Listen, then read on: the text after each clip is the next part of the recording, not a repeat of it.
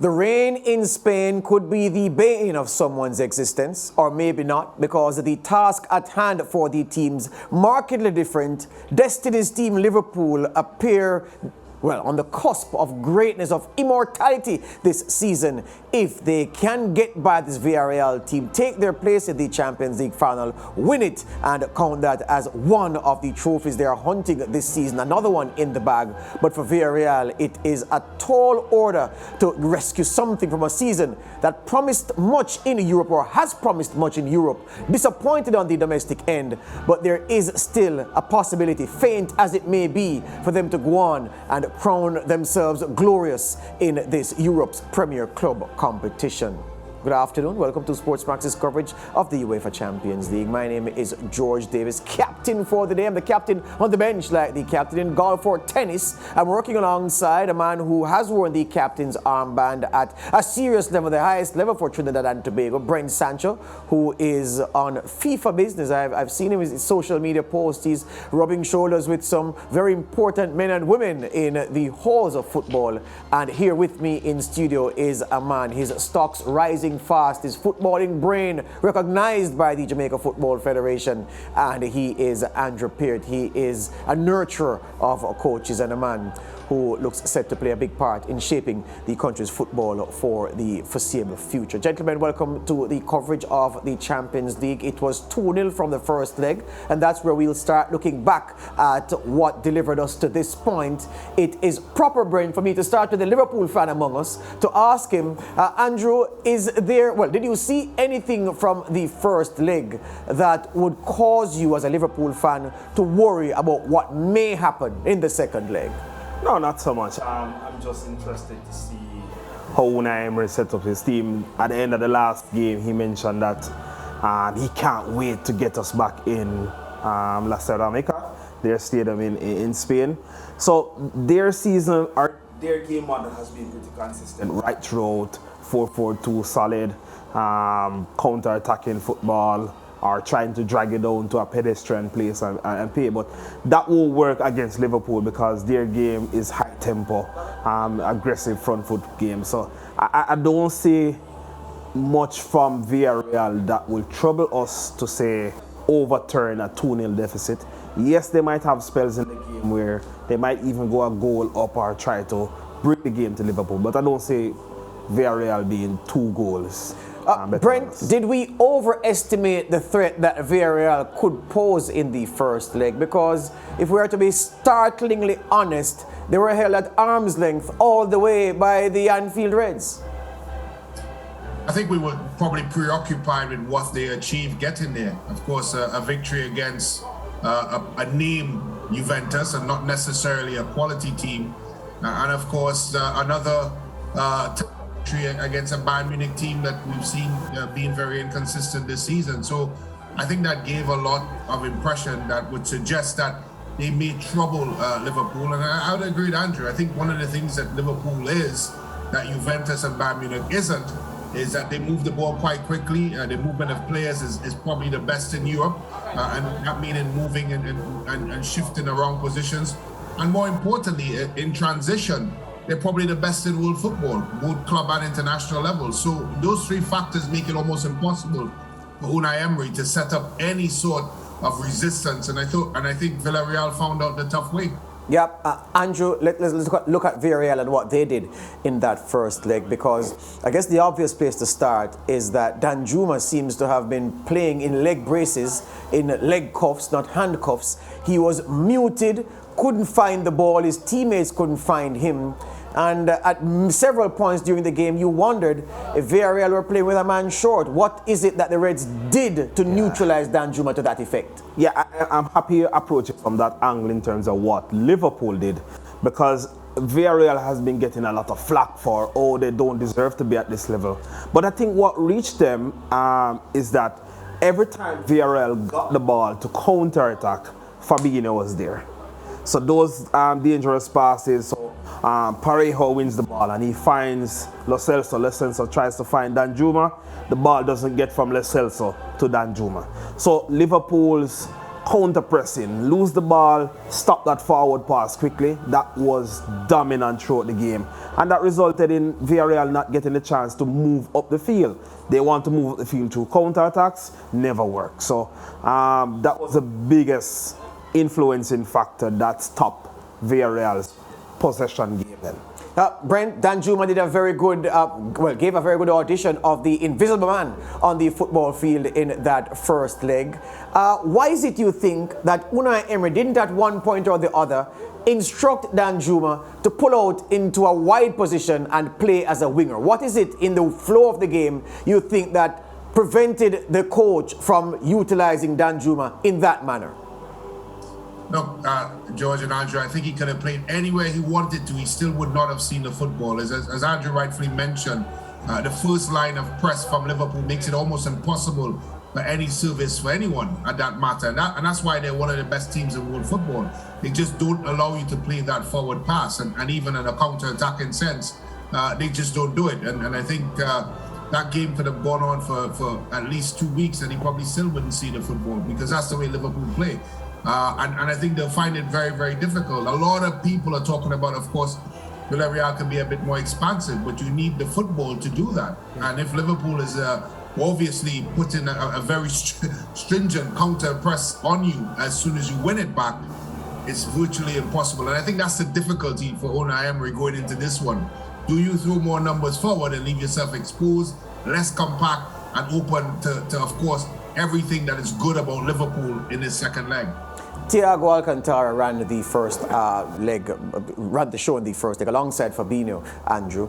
And if you just think of the first leg only, for those who are saying, well, we didn't see him do anything special, what is it that he did so efficiently that caused so many people to be raving about his performance? Well, the simple thing is he kept possession of the ball very well for Liverpool and moved the ball quickly. So Villarreal's approach in the first leg was to close the center of the field and force Liverpool wide. Pretty dangerous, yes, because then they'll start to put in a lot of crosses through Robertson, Alexander-Arnold, or even Henderson a lot of the time. So with Thiago, his job was to break the lines and also to put the ball out wide, and he kept doing that brilliantly right throughout. Yep. Brent, let me hear you on the Thiago question. What is it about his game in that first leg that you would have been pleased with and that you can agree with the analysts who said that he was the best player on the park on that night? Yeah, look, to play the way that Liverpool wants to play, which of course is free-flowing football, high-impact attacking, you need someone that can circulate the ball, and that's what he does. His varying range of passing makes him easily one of the biggest assets in world football. And because he can do that, he makes sure that he changes the point of attack quite quickly. And that's what makes Liverpool so dangerous, because in 1 second you could have Salah attacking you on one side, and then the next, in the blink of the eye, you could have Diaz or Jota, who's ever out on the other side, coming at you at full tilt. And that difference is what makes and separates Liverpool from the rest of the footballing world. That you have someone with that range of passing and capability and understanding the tempo and of course the cleverness to where to put the football. And that's why they're so dangerous. And that's why he's such an important asset to Liverpool. All right, let's look at the first leg, the first goal rather from that first leg. Liverpool, of course, opening the scoring in the game, and it came at a time where Villarreal would have felt that it would have been best for them. Their chances depended on keeping the sheet clean up to that point. So this is the ball, recycled from the flank by Thiago, sent further across the field. Jordan Henderson is sent away by Salah, and it's a cruel deflection. But the way the ball was shifted, Andrew, from one side of the field to another, and the only touch that Villarreal got onto the ball was the goalkeeper's deflection, well, the deflection from Estupiñán that helped it into the goal. Was that, from your perspective, a bit too easy for a team to score a goal of that nature at this stage of a competition such as this? Well, luck plays its part there in the deflection from Estupiñán. But if you should cue up that tape again from the top and you look at Henderson's pass up to Salah, then it's Henderson and Salah versus Estupiñán alone. Mm-hmm. No help from a midfielder, no help from a wide or side midfielder here. So this pass out here, it's 2v1 simple. Estupiñán has now to focus on Salah, tries to get back quickly with Henderson, but already there is a little bit too late, and that causes deflection. A second earlier, that's a block and not a deflection. So that was the biggest thing there. Liverpool exploiting that 2v1 and shifting them around. So they're one side, we know they're going to be very compact, block the center, but the switch of play and the gradual switch of play, not just a direct ball from one side to the next, but slowly move it in around and then passing that ball out quick, finding the 2v1s, exploiting them. That's the biggest thing that caused that goal there for Liverpool. Yeah, let's look at the second goal now. So the play against Salah, instrumental, Mane getting involved.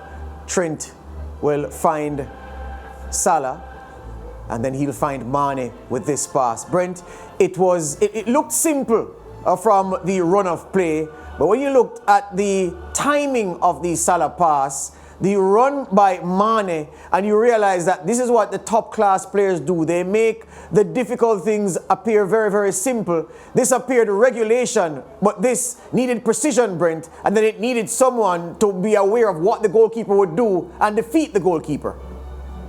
Yeah, I was about to say the Russian judge gives it a 10 out of 10, but obviously Russia is not part much of sport these days. And look, the level of difficulty for what they do, the front three, the supporting cast, it is absolutely phenomenal. And so only players of that quality and that ilk could do those sorts of things. I mean, look, if you're Villarreal, you could look at these situations and think, look, they one goal was fortuitous. Of course, the second one was just a moment of brilliance. But I think they would not, if you look at and contextualize things, obviously Liverpool have been knocking on the door the entire game. And this piece of skill and to tread that pass through, there's not many in world football could do that. And as much as we like to, of course, talk about the relationship between Salah and Mane, they're just two really, really gifted footballers and that can turn a game on its head very quickly. Yeah, Africa from generation after generation gives us a really, really, really top footballer. It was George Weah, it was Roger Miller, it was, pick a Nigerian. There were several of them. And then, of course, it was J.J. Okocha, it was Samuel Eto'o, it was Nwankwo Kanu. Africa's two top footballers now, no doubt. Mo Salah and Sadio Mane, and there's a quite useful one at Chelsea called Hakim Ziyech, who is, sadly won't be at the World Cup, we don't think, for Morocco, given that he has fallen out with his national team manager. We go across to Gerard, who is at Kingston Jerk. That's where the watch party is happening. Gerard, take it away. What's happening over there on your side? Thank you, George. Let me say good afternoon to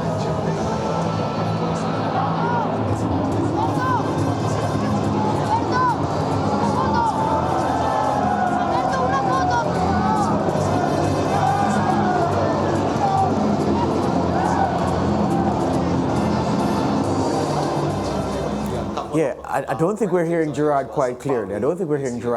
So we'll re-establish the connection and come again. All right. So do we take the break now and come right back with more? This is a SportsMax's UEFA Champions League build-up show. We're talking about Villarreal and Liverpool. The match being played at El Madrigal. That's the other name for the Ceramica. That's what the locals call it. 23,500 is the capacity.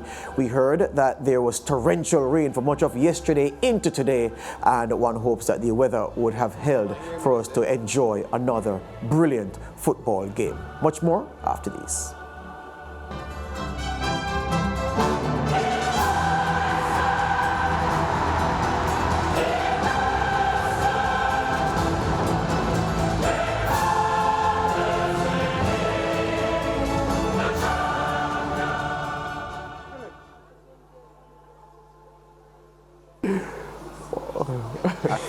Absolutely ask a woman their permission. With a pork or chicken in the matter, the sausage. Call up on a jerk sausage, sir. Oh, God.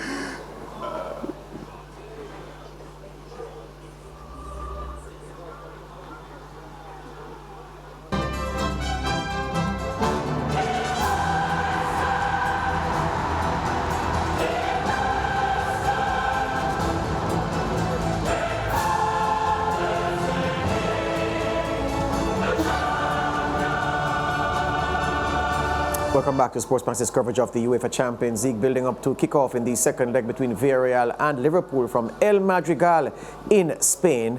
And before the break, we were trying to make a connection with Gerard Mossili, our man on location at Kingston Jerk, our partners for today's broadcast. And yeah, Kingston Jerk is where you'll find the best jerked anything in the corporate area. And Gerard is there not having a meal. I think he has worked out the kinks in his connection, and now he's free to speak fluently to you, the viewers. Gerard, take it away. Thank you very much, George. Let me say good afternoon to Andrew, good afternoon to Brent as well, and good afternoon to all of our viewers. I'm here at Kingston Jerk on 22 Chelsea Avenue. Of course, you know, we are building up to the first, to the kickoff of the second leg, the first semi-final of the Champions League. Of course, Villarreal coming up against Liverpool. I know, George, you are wondering why I'm donned in this Liverpool jersey, and I'm a Real Madrid fan, but it's a coincidence that it happened, of course, you know, and I know Andrew is probably thinking that I'm on his side, a Liverpool fan, but only for today, Andrew. Of course, you can enjoy it while you see it, but I'm a Real Madrid fan at heart, but that's not on the cards today. I have to wait till tomorrow to wear my Real Madrid jersey. So what I will do now is wear this Liverpool jersey with pride and see how good the football goes today. Of course, you know, we have a couple of fans already inside, some families here. We have a couple here who is celebrating an anniversary. Of course, you know, it's always about a good time when you are with SportsMax. We always want to ensure that our viewers have a chance to enjoy our surroundings, and once we are in their space, we want them to know that we care about them as well. So we are going to interact with our fans, of course. Good afternoon, sir and ma'am. Good afternoon, good afternoon. How are you doing? Fabulous, fabulous. I'm doing fabulous. Yeah, so you're here at the watch party. Are you looking forward to some good football today? Excellent football. Liverpool have one of the wickedest combination right now. The Mane and the Salah combination. Wicked, wicked. So you think you're going to come out on top today? It will be great because I've been a long time Liverpool fan. So really? Good. I would love for them to end up in the final. Good, good, good. So you're here celebrating. This is your wife? We will talk about that. I see that I've put you on the spot there. Yeah, that's not a problem, man. Okay. She's also an avid football fan. Oh, really? She is? And I should have introduced myself. You should have, yes. What's your name? Yes, I'm Marlon Manaya Townsend, representing down by the West Kingston area there. I work at the Denhamton Police Station, well, the division, and I think you have the most SportsMax fan that are police officers in that division. Really? Yes, of a fact. So big up to all of your colleagues. Yes, man. Yes, man. And Mr. Wilson, big up yourself. One of the biggest Liverpool fan. That. Yeah. So we were having a conversation earlier. You were telling me that your son's name is Karim. Yes. Guess what? I actually named him of Karim Benzema of Real Madrid, because my wish is for him to grow up to be a great footballer one of these days. Yeah, and he's on the path right now. Yeah, so I can be his manager and angle the money. All right, so we're going to ask you a question, give you a chance, you know, to win something, a jersey from SportsMax, of course. All right, so let's get straight into the question. Not a problem, sir. Not a problem. All right, so you ready? Yes, man. All right, here we go. The last time Liverpool played Villarreal before the first leg of this UEFA Champions League Semi-Final, 4 of the current team members were on that team. Can you name 2 of them? 2 of them. Well, guess what? The wickedest pair, what we see right now in terms of combination, the great Mane and the great Salah. Okay, is that right? Yes, that's correct. That's correct. So you won yourself a jersey, sir. Thank you very much. Thank you very much. And our promotion lady is going to give it to you. I hope you wear that with pride. No, man, this can fit me, because the belly kind of have me a waist. But you know, me I got gym. I got gym. Yeah, man, take off the belly. All right. So I hope you enjoy it. All right. Yeah, man. And if it doesn't fit, you can give it to Karim. No problem at all. And I can say to the fans, come out tomorrow. Right at Kingston Jerk for the match between Real Madrid, yeah, and Man City. Yeah. It will. I can tell it to be a humdinger. Of course. All right, so that's it here from Kingston Jerk. George, back to you. Thank you very much, Gerard. Thank you very much. What a fan. What a fan indeed. Yeah. All right, gentlemen. We'll start our preview proper now, because we spent the previous segment looking back at the first leg. I want to engage you in this on this point, Brent, because you tend to feel that if Villarreal can score early, belief will grow among the players. Belief will grow within inside the stadium among the fans, and it could change the dynamics of the tie. Conversely, if they can't get an early goal, then it could meander this game into nothingness for them, and Liverpool could have a very easy time closing out the second leg. What say you? Yeah, you have to agree with that. And look, we are accustomed to some very crazy results when it comes to Champions League. We've been covering this for long enough to know that nothing is guaranteed. And just in fact, the last time Liverpool won on the road at this stage was, I believe, back in 1985 or something like that. So you have to suggest that, of course, the game has to be played. Yes, all arrows point to Liverpool advancing. But as you rightfully said, and look, Liverpool have given up chances throughout this Champions League. They've been sloppy in one or two occasions. They have not been 100% perfect. They have had their moments. Very few, though, I must say. So, as you rightfully suggested, if Villarreal were to score early, I think we may be into a very interesting encounter. Andrew, in preparation for this game, Alaves beat Villarreal in La Liga.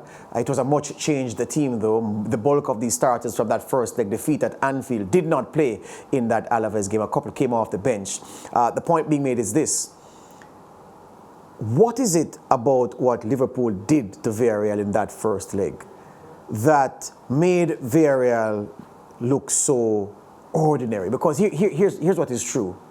Villarreal were more than a match and were better than Juventus over the two legs. Nobody will deny that. Mm-hmm. They were also better than Bayern over two legs. But suddenly, Liverpool made them look as if they didn't deserve, they didn't belong to be at this level. Was it the effect of Liverpool's system? Was it the fact that Liverpool bought superior players?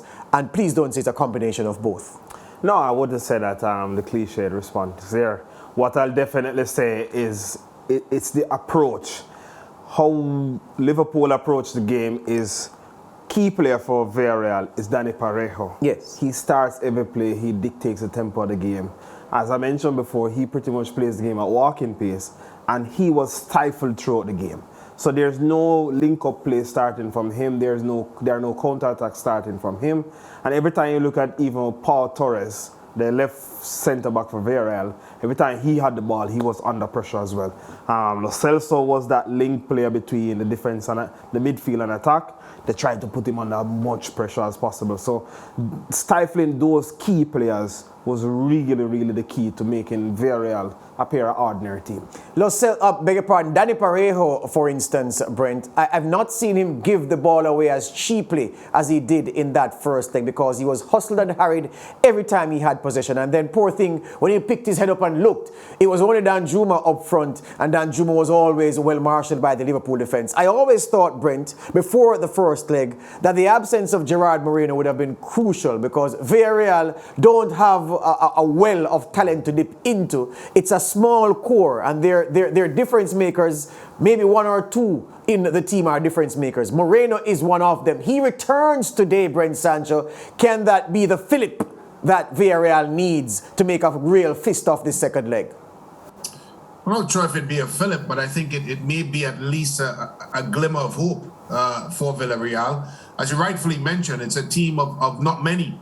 And so when one of the not many is not there, you do see the glaring, of course, omission. I think Moreno would, of course, add to the fact that they may have an inkling of hope. And of course, you throw in the fact that they're playing at home. And you would think that Unai Emery would be, I wouldn't say overly expansive, but at least a little bit more on the front foot than he was, of course, at Liverpool at Anfield. So I think those factors may add to the interest of it. Again, I go back to what you originally said. If an early goal comes into this one, it may make the tie interesting. But you would think that the quality that Liverpool possessed throughout 1 through 11 is just way too much for this Villarreal side. Andrew Jordan Henderson, after the game, on several of the message boards, he was being not hammered, but criticized by some Liverpool fans who said, they can't see the need for Jordan Henderson. Yes, his cross deflected for the opening goal. And it's not the first time after a Liverpool victory that I have looked at the Liverpool message boards, which I routinely do, and to see the captain being criticized by some.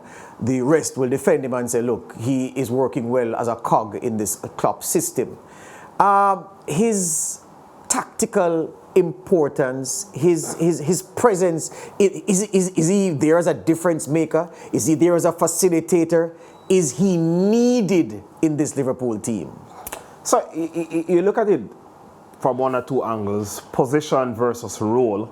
Yes, we have a lot of midfielders who play the position well as a number 8, but you look at the role that Henderson normally plays, no other midfielder really, except unless you go to Milner, where he gives Alexander-Arnold and Salah that freedom to just attack, because he understands the game and know that if those two go, he has to stay and cover that half space on that right side. And he also is flexible where if Salah cuts inside and Alexander-Arnold is deep, he can move outside, just as for the goal here. Yes. The first goal that was deflected. So that sort of tactical flexibility really adds a lot to the team. So you have the same 3 players, because for much of Jurgen Klopp's time at Liverpool, it was Salah inside, Alexander-Arnold on the flanks, Henderson behind.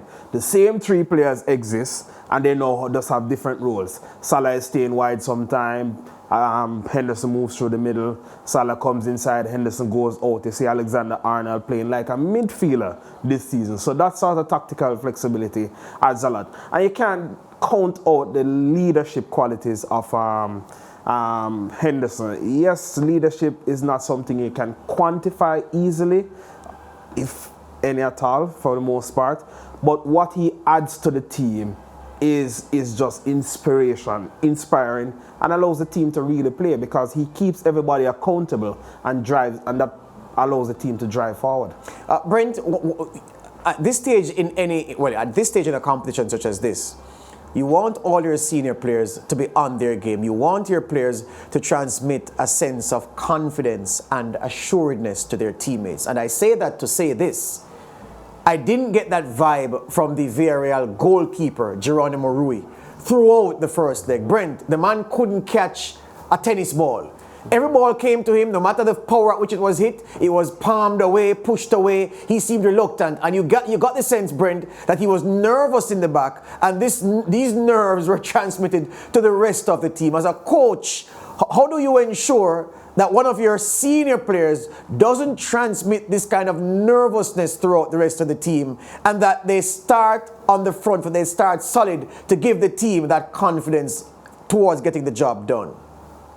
Listen, Georgia, a goalkeeper doesn't have to make a save to be under the cosh, and he was under the cosh because he was in preparation to make a save, and he was constantly in those sorts of situations. And yeah, you're right. For an experienced campaigner, he did look a bit nervy, and a good goalkeeper at that as well. So you would have to think that I think the fact that he felt under pressure from 0 to 90 plus is why he was that way. But he can't afford any slip-ups, because if we're discussing the fact for Villarreal to have a genuine chance to get back in this tie, they would need an early goal. The similar applies. They can't make any mistakes. They would need, and I heard Unai Emery say in the press conference, a perfect game.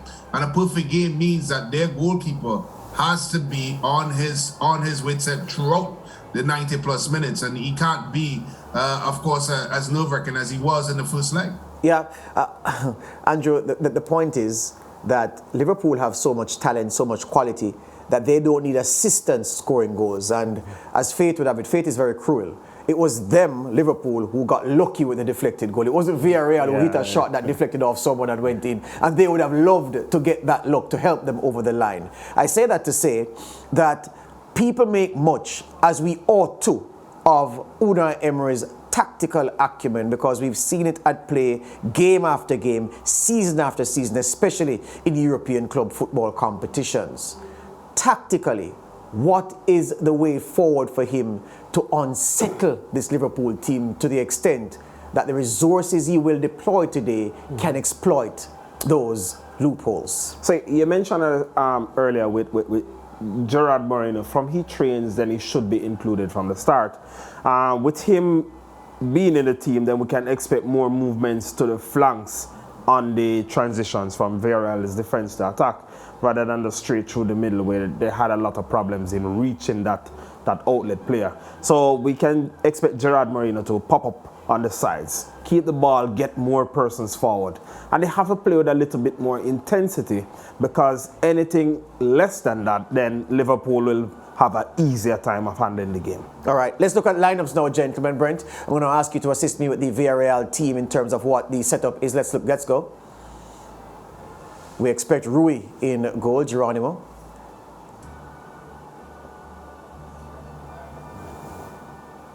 So this is the lineup: Rui, Albiol, Pau Torres, Danny Parejo, Etienne Capoue. Gerard Moreno starts this afternoon after missing the first leg with an injury. Foyth, Estopinian, Dia, Lo Celso, and Francis Coquelin are the Frenchman. No Danjuma in the team, in the starting 11, and no Danjuma on the bench either.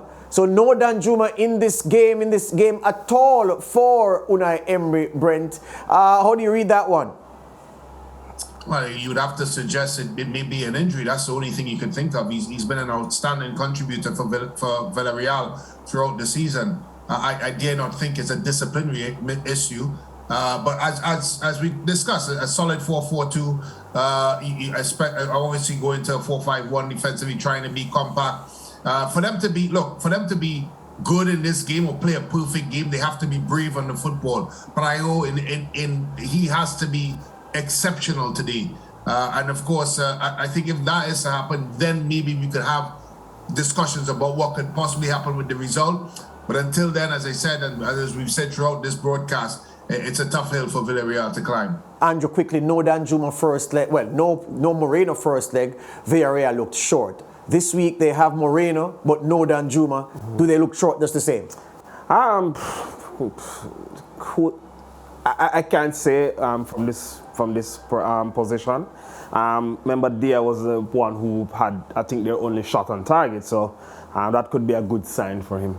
Yeah, all right. Chukwueze, the man who sunk Byron on the bench wearing the number 11 jersey. Let's look at the Liverpool starting 11 now, and I'm sure that there will be no surprises here. Naby Keita has been in very good form of late. Does he get a start this afternoon? Yes, he does, because Alisson is in goal, Fabinho, Van Dijk, Konate, who is the man trusted in Europe, it seems, Thiago, Keita, Mane, Salah, Jota, Robertson, and Trent Alexander-Arnold. No Fabinho in the starting 11.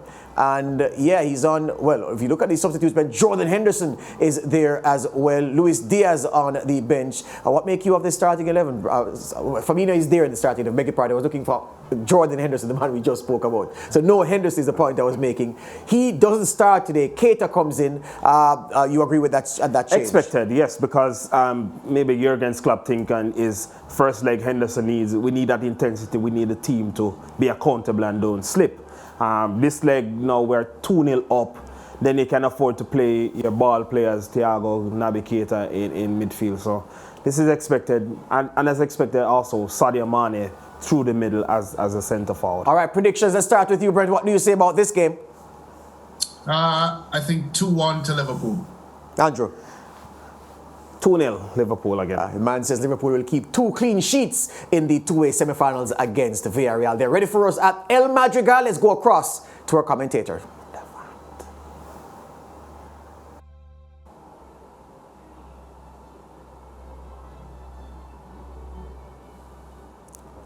Here may I look for endless.